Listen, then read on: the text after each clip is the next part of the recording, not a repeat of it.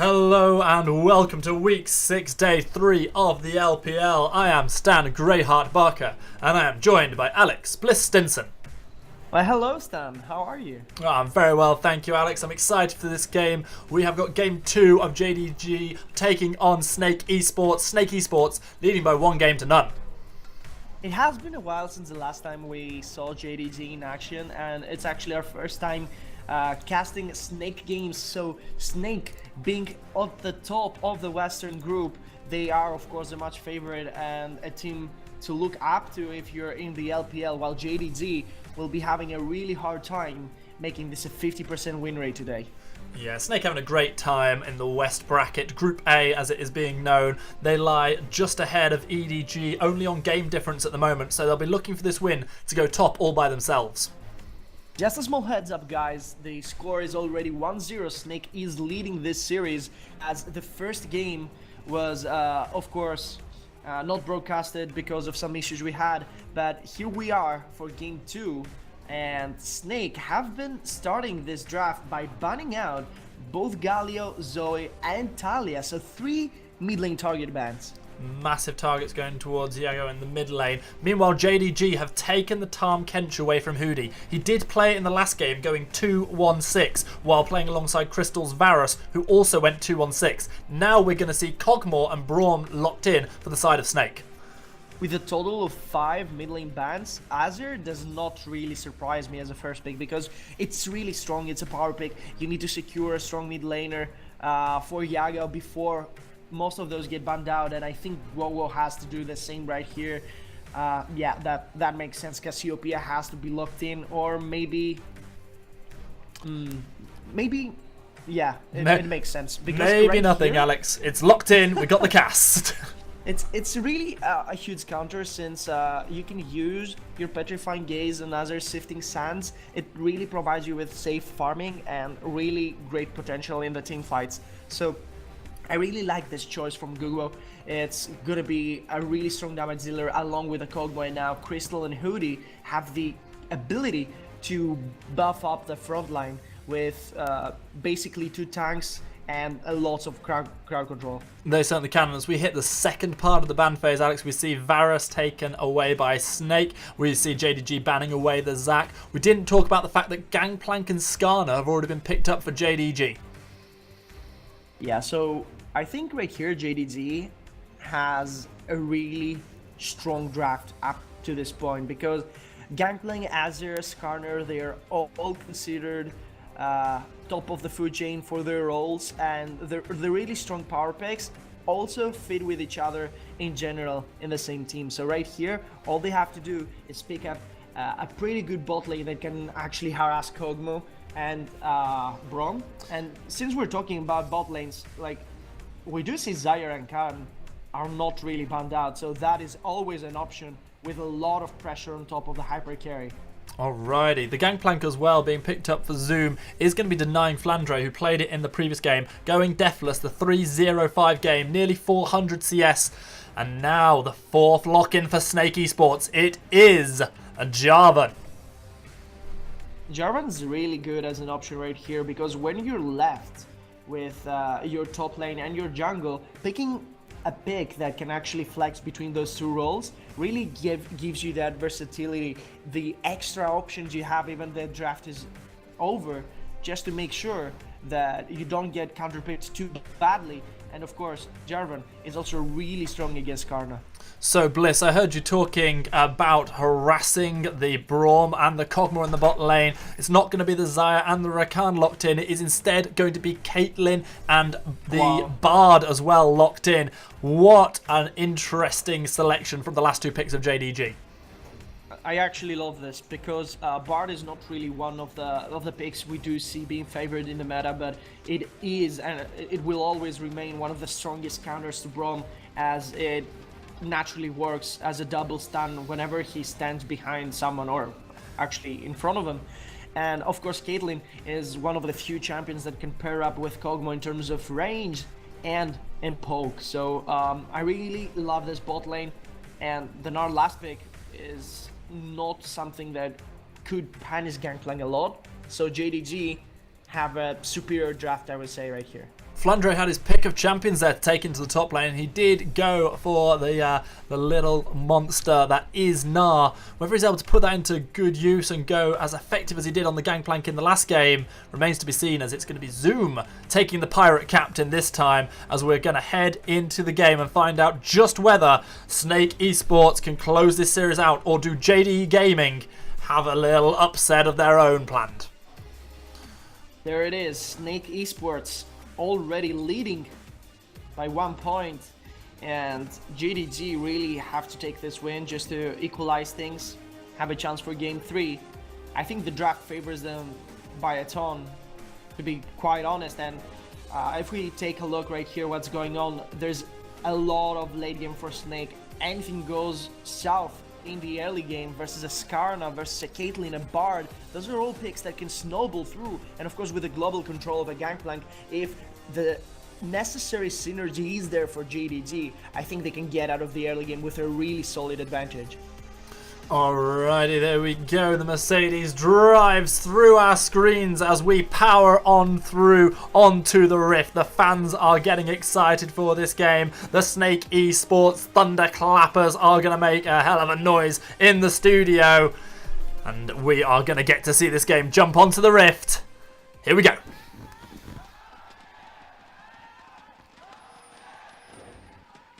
I love those thunderclappers, Bliss. It makes such a great noise.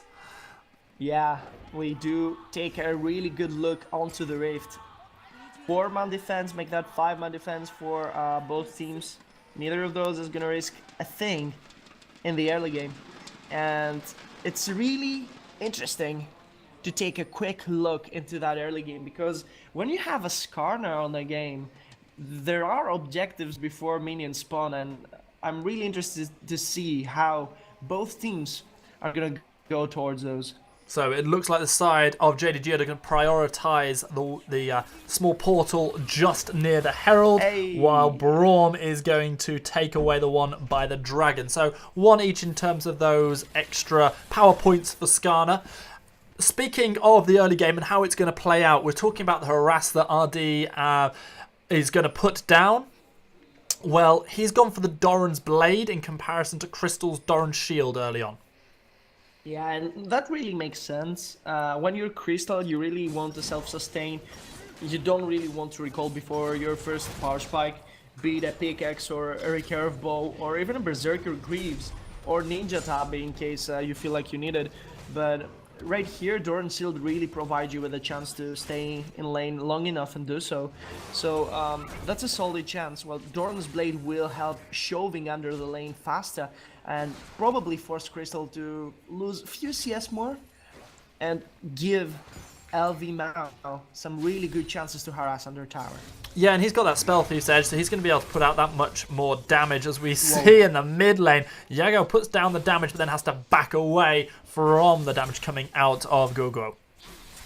He actually equalizes the trade, slowly but surely. In the start, it was looking really, really bad for Gogo, but the Fangs came out, he equalized that. Oh, is that a level 3 cheese? Here we go, SFM is coming in. There's the portal being taken by Bard. He's trying to get himself out, but he's not going to be able to get away from everybody. Flash forward from SFM. It's going to be damage rained down from Pelto Peacemaker, but in the end, it is Cogmore who picks up the kill, and Crystal is the happier of all the people in the bot lane right now. He does burn all of his summoners along with his support summoners, but First Blood belongs to Snake Esports. That level 3 was insanity, because S of M just comes into the lane, being level 3, bot lane still being level 1, he had to flash in. Look at Hoodie, he flashes in with the exhaust just to go for the concussive blows. They all follow up, and just because they're 3, they get LV Mao, and that's after 2 flashes being used. So a lot of resources right there just to grab that first blood for Crystal, but in the end, I think it's kind of worth it. 3 flashes, a heal, and an exhaust, all down on the side of Snake, whereas on the other side of the map, it was just the flash and ignite of LV Mal that were burned. But in the end, that extra gold in the pocket for the lane that were meant to go behind early to the harass of the Caitlyn, I'm going to have to agree with you, Bliss, worth. You know what? I'm actually going to take that back. not deliberately just to make you look like a fool, but just sitting back and thinking through that, you're actually wasting 4 summoner spells, and the flash of your jungler make that 5 for a first blood, while GRD, while RD actually has both flash heal. He is pretty much able to shuffle through the lane and apply pressure right here, and there's not a lot of things you can do about that now. And like, I'm sure Crystal having that pickaxe is really good into trading, but the long range poke is going to still be very strong.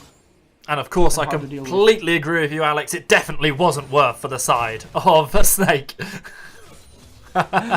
Yeah, so No, I don't know. I personally, I think it's worth until we see the side of JDG actually doing something with those summoners that weren't burned. If all of a sudden RD dominates that lane as a result of the summoners burned, I'm going to have to agree with you. But right now, I'm on board with Snakes managing to pick up that first blood. Flandre is going to flash forward, force the flash out of Zoom, getting a lot of harass down to the gangplank. One more attack is not enough to do it. Zoom, zoom, zoom your way back to the fountain, but not through a death screen. Only going to have to burn the teleport. And that's basically a flash trade that's really good for Zoom since he is on a losing matchup on the first levels. Taking it back, I'm pretty sure he survived because of the extra health pot that Kleptomancy provided him with. Wow. So that's some really good value off of that. But look at bot lane. SOM really wants to retaliate. He really wants to increase the pressure on bot lane. They're going for LV Mao. Yeah, LV Mao is going to be stunned up. Down he goes to SOM, but this is going to be a kill for RD in return. Hoody's going lower and lower. We see RD able to duel out. There comes the Gangplank Cannon Barrage. Here comes the Skarner. Crystal's in all sorts of trouble fighting RD. I'm pretty sure we're going to see an Agavian surprise. Not picking up any kills from the Cogmore, who dances around with his little rainbow, his little reindeer antlers. But he's down, down, down, back to a grey screen. Snake opts to invest in bot lane, and that really backfires right here, because first time it's really easy to do. The second one, there's no summoners for the bot side of Snake, and that gets punished instantly. Xiao Han was right there to punish those, and if the fight actually held any longer, let's not forget that Yago, having that mid lane priority, would be down there first. And in the midst of all that, Gangplank picks up a kill as well, taking down Hoodie with the Cannon Barrage. That was really smooth. Oh, flash out. Yeah, Gugu has to flash away from the Emperor of Divide. The Shurima Shuffle comes in from Yagao, gets a flash out of his enemy mid laner. And that wouldn't have happened without an LV Mao's presence in the mid lane. So already LV Mao just applying roaming pressure on the mid lane, just making good use of the Bard. Despite him being 0-2, his presence has been felt on the map already, and since Snake have opted into focusing towards bot lane, negating that Caitlyn pressure, they have become a little bit predictable. Jia Han has now power farmed, out-leveled SOM as a result of the double gank, and he can actually go for a really strong gank without being afraid of the counter gank for SOM. Yeah, Skarner's going to have that Impale available to him, so let's see just where he decides to use that first ultimate. Meanwhile, in the bot lane, we do see Cogmore retaining a small CS advantage, but now level on kills and assists with the Caitlyn.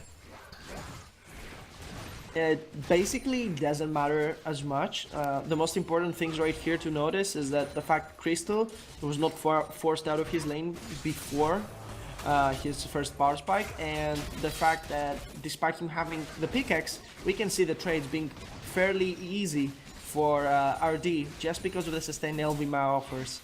Yeah, and Crystal's going to have those 2 daggers as well, as we see Go immediately using the heal. It's not enough to get him out of trouble. Here comes the damage raining down from Yago. It's going to be a kill going over to Yago. Now, SOM, is he trapping Yago, or is he being trapped inside with Yago? Taking a lot of damage from the Sand Soldiers. I think it's going to be a 1-0 for JDG, courtesy of the Impale of Skarner. Wow, and Grogo actually just losing it. We could see the camera, he was just rubbing his face with his hands. He couldn't believe that happened. So he used his heal, he used his flash. He is finding himself dead as a result of the flash impale. And Xiao Han, with a simple and singular gank, actually outdoes SOM here. Cassiopeia with the exceptionally early heal, desperately trying to get away from the Skarner. All to no avail though. Down goes the mid laner of Snake. Here's the Gnar and it misses. Flandre not able to pick up the stun onto Zoom, who's going to be able to pick up all this CS under his turret. That's the power of actually getting both Azir and Skarner in the first rotation for the team of JDG, because in order to survive or feel safe farming against the Skarner, you need to have the cleanse, but on the same note, you need to have the heal if you ever plan to beat Yago 1 versus 1 or not get bullied by him. So right here, of course, he couldn't get both heal and cleanse, so no matter what his choice is, he's gonna get punished the other way. Nice split of kills across the JDG team, Bliss. We see every member apart from the Bard having a kill to their name. Each of them going to be able to hit items just that little bit quicker as a result. And I just love the Electrocute Harash of LV Mao, just because he applies his own passive with a hit. And the Cosmic Binding, that's way too much to handle even for a Doran's Shield. So slowly but surely Crystal will get bullied out of his lane since there's no sustain. There are no more potions for him left. So the Biscuits spawning onto him is definitely good compensation, and also is the Hane Fruit. But in the end, the burst that JDG possess in the bot lane should not be underestimated. And it's a tough time to be Crystal as well, and already a mobile Cogmore, currently without a flash because of the unsealed spellbook, only having the heal and the teleport. If I was Snake, I would be worried more about the mid game of a Caitlyn that is stuck in Cal than me scaling into the late game, because when it comes to scaling into the late game, it's never really decided in the laning phase. Like, no matter how bad a team does in laning phase, we never see them lose so fast, but it's the mid game that decides what happens in the late game. It's how fast you get objectives, it's how cold Flander will be, but he dodges. Yeah, gets out of there, manages to save his flash as well, so that's pretty nice for him. The cannon barrage from Zoom, not quite enough to slow Flandre down, enough for Xiao Han to feel that it was worth using an Impale there. Xiao Han has Impale, he has the Predator up, he uses Predator, and yet Flandre is in a position to escape without using his own flash in the top side, while Wogo was not able to do anything in the mid lane with a heal burn. So we do see the difference in the matchups, like how much Skarner can take advantage of a low mobility mid laner like Cassiopeia on the first levels before her movement speed scales, and how easily Gnar escapes. And it maybe goes to show just how difficult it's going to be for Crystal as we go into the late game, because it's one thing to have a low mobility Cassiopeia, it's another thing to have a low mobility Cogmore. The thing is, with Cassiopeia's scaling from her own passive, is that she'll get faster. Before level 11, if you have tier 2 boots, you outrun her. So that's the point right here. We do see Predator being used, which of course will always outrun her, and on the very least it will be forcing Petrifying Gazes on top of Xiao Han, making the teamfights even easier for JDG. Speaking of that, Predator Skarner is revisiting the top lane, not content with Flandre having bounced away to safety last time. He's looking for a potential play. Barrel's on. Now. Yeah, Barrel's not quite going to connect, and we are going to see Xiao Han heading back towards the Scuttle Crab. So he will be taking that. Vision, of course, favors JDG on the top side by a lot, watching those two words right there, plus the crab. And they do know that S of M will be moving towards his bot side of the jungle since the blue buff respawns right here. So very predictable pathing by S of M in this current moment of the game. And the Cloud Dragon does not really make up for a threat at all. So right here, Sneak can keep scaling, they can play the game the way they want to, and apply pressure on the bot side whenever they do have the vision control. So in the last game, which unfortunately we weren't able to see, I do have to know that the two Barons went down in the way that Snake picked up their victory. In that entire time of obviously going long enough that potentially two Barons could be taken, so what's that, a minimum of 32 minutes on the Rift or so, only two Dragons were taken that entire game, and so far we're 13 minutes in, and no one's looked at that Cloud Dragon twice. Yeah, it tends to happen when the first one is a Cloud, like no one wants to sacrifice their early game tempo, which can really be translated into a very snowballing tempo with a chain of objectives being destroyed. So no one's gonna go for that Snake Dragon when they can apply extra pressure for the Tower First Blood, or when they can get their own power spikes faster. So There it is. JDG have been playing a very simple game. They're only moving towards Here comes both Predator. sides when the cannon barrage is available. There's a flash. Gets impaled. Let's see what happens. Predator flash, impale on Hoodie, jump away. The beautiful Bartleman will come in. That's going to be a tempered fade. That's going to be a dead Hoodie. He's now 0 and 2. LV Mal says, you know what? I made him go golden. I get the kill. Beautiful 5-man attempt on the bot side. They burned the flash of Crystal on top of that, and now Snake are slowly grouping into the bot side just to make sure that our first blood is not given for free, and that's gonna happen. Like, they have to get satisfied with the Braum kill. They have to move back, and they used Cannon Barrage and the Tempered Fate just for 1 kill, which in the end is not that bad for Snake. JDG proving they're good at sharing. The one man who didn't have a kill to his name previously is now equal with his teammates as Hoodie teleports in to join Crystal in lane.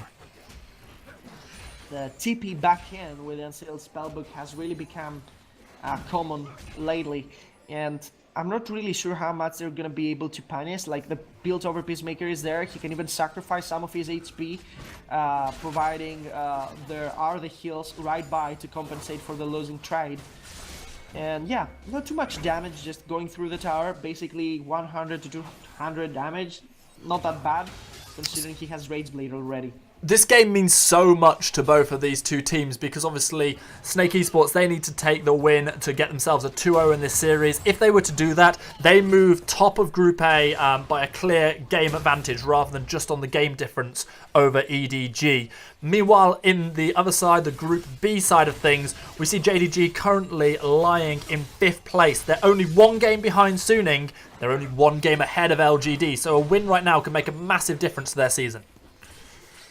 And JDG have been doing a really good job in game 2. Like, they've been leading for 2.5k gold. They're not afraid of the dragons since it's Cloud, lucky for them. So they do not have to waste their vision around the dragon pit. So that means they can have recalls that are not as quick in the bot side, provided they use less vision for a bigger amount of time, bigger duration. So I think it's really good for them. They can play around their global objectives, they can force only around their cooldowns again and again, while Kog'Maw will not be able to do much. SFM was so very close to being in a position where he could get a red buff steal there, but in the end, he satisfies himself with taking away a Skarner portal, and Skarner and he, they sort of are ships crossing in the night, don't quite come into contact with each other. But overall, CS-wise, no massive advantages to talk about, apart from maybe in the mid lane, where Azir's getting ahead of the Cassiopeia. Usually you do not see too much aggression when both junglers meet on the same side of the map, so I'm not really expecting that to happen. On the meantime, while there's no jungler attention, there's no jungler aggression, JD should be leading on the bot side and Snake should be leading on the top side since the priority is there. If there's no jungler to threaten or reset the lane, that tower should be going down quickly for... Oh, Tempered Fate! Catches Crystal, he's gone golden. Xiaohan's here with the impale. Crystal can only last so long. The turret goes down, Kog'Maw goes down, and JDG take themselves 2 big advantages. That was arguably a stopwatch throw. Like, you know you're dead already. Using that stopwatch is only gonna get you maximum 2 more seconds. It's gonna lose you a very important cooldown, and in the end, you're gonna die too anyway. So, really questionable decision right there from Crystal. He had flash and heal. He didn't try to flash right after the Tempered Fade, which sometimes works, surprisingly. You can actually flash before you get snared by the trap. Sounds stupid, but it actually happens. So, yeah, in the end, he loses stopwatch, he loses tower first blood. Caitlyn is snowballing on the bot lane exactly like JDG wanted. And we're talking about a very dangerous early game for Snake. Very dangerous indeed. Infinity Edge, Static Shiv, Berserker Grieve, Caitlyn taking on the Kog'Maw who has Wit's End and Rage Blade currently. I definitely know which of the two I'd rather be right now. Yeah, there's no question about it. The most important part of this 2 versus 2 on the bot side was the fact that we never saw a Ninja Tabi come out from a Crystal. Some people do get it very, very early. Some players really invest in that early game safety. But again, that wouldn't save you against the 4-man gangs that you do see from Zoom and the Tempered Fate coming out. So I'm not really unsatisfied with Crystal. I think he's been doing great. He has just been severely targeted by the comp of JDG, but for Snake, it looks like they do not have a plan in action. They do not really have a plan B, an answer to the aggression of JDG. Yeah, so far it is looking good for the team who are looking to equalize this series.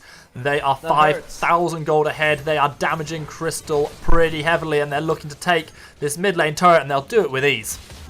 Yeah, they drop so easy now. Infinity and Static makes that very, very easy to contest. Now they're even applying pressure 2 versus 3. They do not care. They take away the vision, and the control wards just drop too.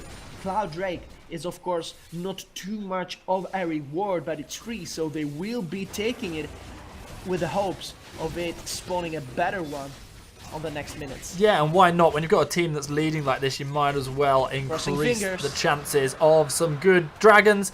We've got ourselves an ocean this time, Bliss. Thoughts? I just like the Ocean Drakes after 20 minutes. Like, an early Ocean Drake can really turn the tides of every single lane in the game, but right here, I don't think it makes a solid difference since there's no poke in the lineup of either team.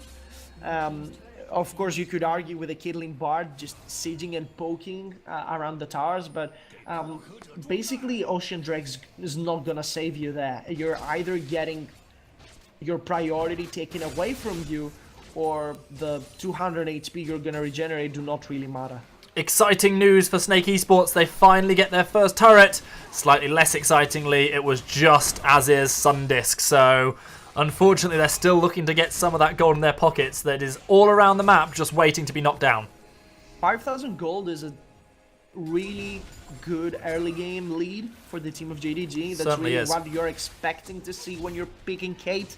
Her staggering low win percentage, as we discussed before, does not really fit with the power she provides her team with. And I think we can see that in this game. In the end, he is right there. He has his second Zeal, so that means a total of 70% critical strike. Very dangerous one. And you know what? Right here, I don't think SOM could really handle engaging onto RD, and also hope to go away unpunished. Azir with the perfect timing there, knocking down the turret and denying the most possible CS from his opposition laner. All 3 outer turrets now down for Snake, as we see SOM getting collapsed on from 3 sides. He's trying to get himself away, but he has been impaled. He uses his stopwatch trying to buy a bit of time, but Cassiopeia says, nope, you're all on your own. LV Mao picks up his second kill of the game, and Jarvan goes down. This could lead to a Baron.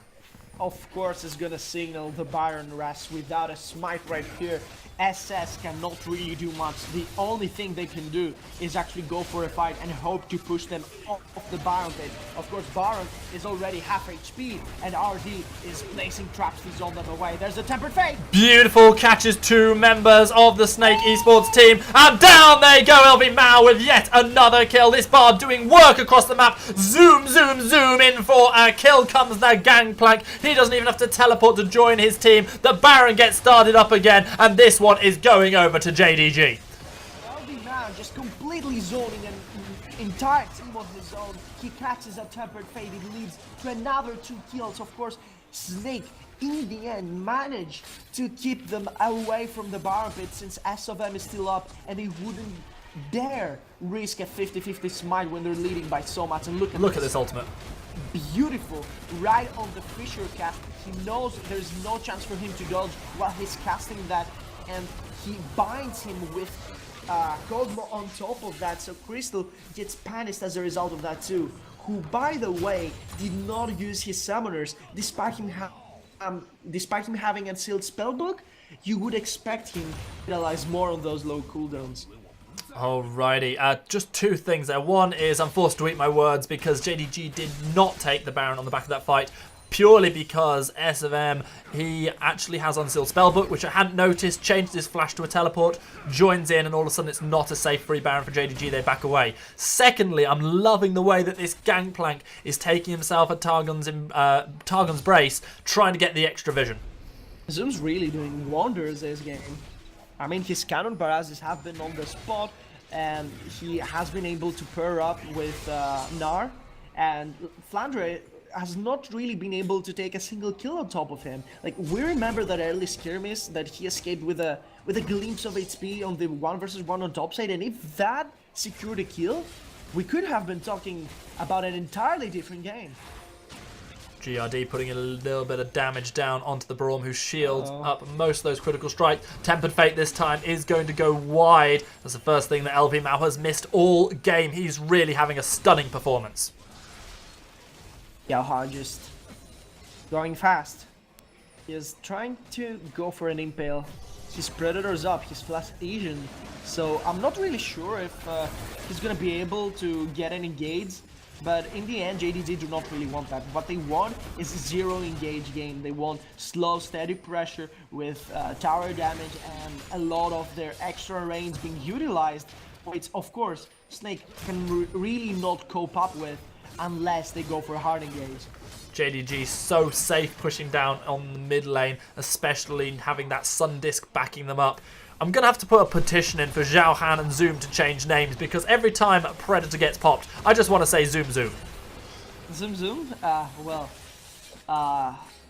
Predator is really not what has been making JDG strong at this point. I think Zhao Han has been able to catch his opponents of Snake out of position multiple times, not just because of the Predator, but also because how he plays around the summoner cooldown so well. Magical Journey will unpunish the bad positioning right there, and despite them losing access to mid lane, they're not going to lose any tower damage in the mid.